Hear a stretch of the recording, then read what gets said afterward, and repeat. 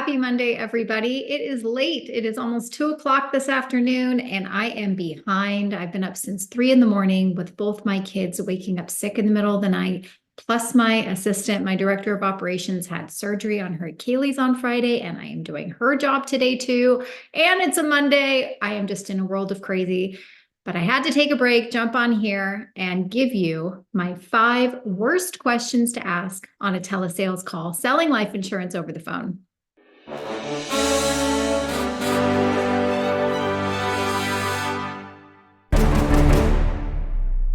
Thank you for being here. If you're just now finding this channel, my name is Dana Neeson, and I run a telesales team for Tailored Legacy. We sell final expense insurance over the phone with one carrier across 17 states, and my job is to try to help you have stronger, more sophisticated sales conversations. So we are going to start at the top with the 5 worst possible questions you could ask for a telesales conversation selling life insurance over the phone, and we're going to start with number 5. How are you and how's the weather? If you've been following me for the past couple of years, you know that those questions, especially in the first 5 minutes, drive me crazy. It is nails on a chalkboard. Basically, your customer knows you don't care yet about how they are and how's the weather. You might genuinely care. However, you're really just saying it because you're trying to build rapport, and everybody can see right through it. So do yourself a favor, get that conversation moving, ask questions that are supposed to be about why the heck they're on the phone with you, so you can start figuring out early on how to help them, not what the weather is, and if they grew up in Topeka, Kansas.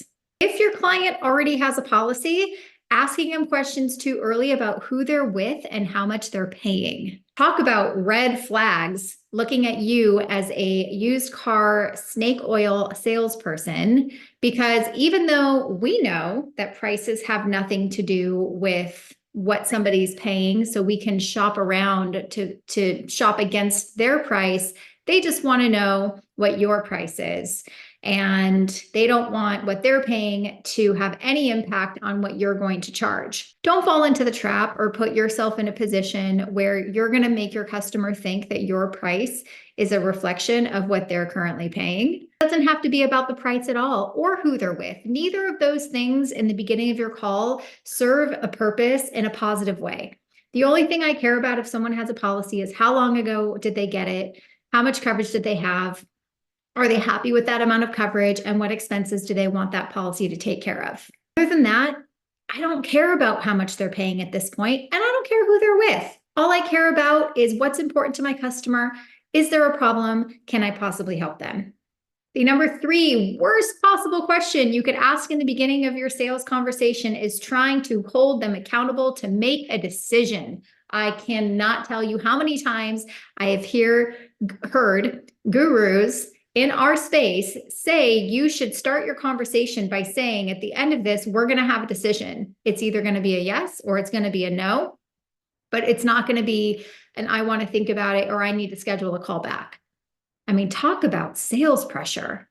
Holding your customer in the beginning of a call to the fact that they have to make a decision, you're basically setting yourself up for them to say no, because nobody wants to feel that pressure, especially that early in the call. Do you really think you're going to develop any kind of good rapport with someone when they know you're just going to be asking them for a decision at the end? Terrible. The second worst question that you can ask in the first 5 minutes of your conversation is, are you the decision maker? Very similar to trying to hold someone accountable to making a decision, except this time you're trying to find out if the person that you're on the phone with is capable and willing to make decisions on their own. Who is that question about? The question is about you, the agent, and your agenda. And is this person going to waste your time, or are they worth your time? And if that's the mentality that you have on every single sales call, you have failed to remove yourself from the expectation of getting the sale. It doesn't matter if the person that you're on the phone with is the decision maker, because they're probably going to lie to you anyways, so that you don't have to hold them accountable at the end. Are you seeing a pattern here yet? The only thing we should be caring about in the first 5 minutes of our conversation is getting our customer to talk about what is important to them. What brought them onto the phone call with us today? What problems do they have that we could possibly help them solve for? Who cares if they are the decision maker or not in the first 5 minutes? Going along these lines, this is probably bonus because this isn't the number one, but it's similar stuff. Like, do you have a bank account in the first 5 minutes? Like, are you insurable in the first 5 minutes? If you start judging the leads and start making it about you and what's best for you in the first 5 minutes instead of what's best for your customer, you're going to blow through a lot of opportunity. Wrong way of thinking. You should not be in telesales if you are resistant to that way of thinking. The number one question you should never ask in the first 5 minutes, really at all, in your sales conversation, selling life insurance over the phone is, what is your budget? This is the worst question. Budget is arbitrary. Budget depends on value. I've had people tell me before in the beginning without me even asking them that they can't afford anything, but their definition of what they can't afford based on what I'm offering are very different.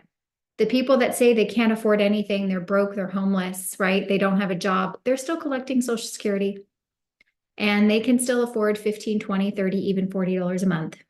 Asking people what their budget is going to do two things.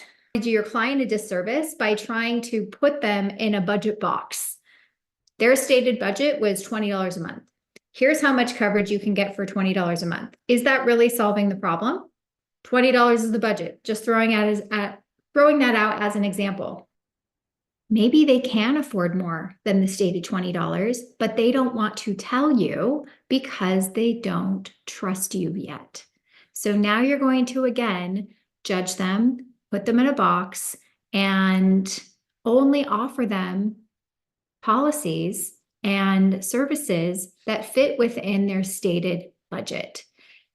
Do not care about what they can and cannot afford. It's arbitrary. It's irrelevant. It doesn't change my talk track. I'm going to treat every single person exactly the same, whether they tell me they have a $500 a month budget or a $20 a month budget. And you need to think that way too. And once you can truly remove yourself from the expectation of getting a sale, the quality of your conversations will improve dramatically.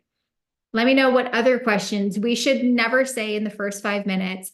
Put it in the comments, and I'll see you on another video tomorrow when I am a little bit more rested. Thanks so much. Have a great one.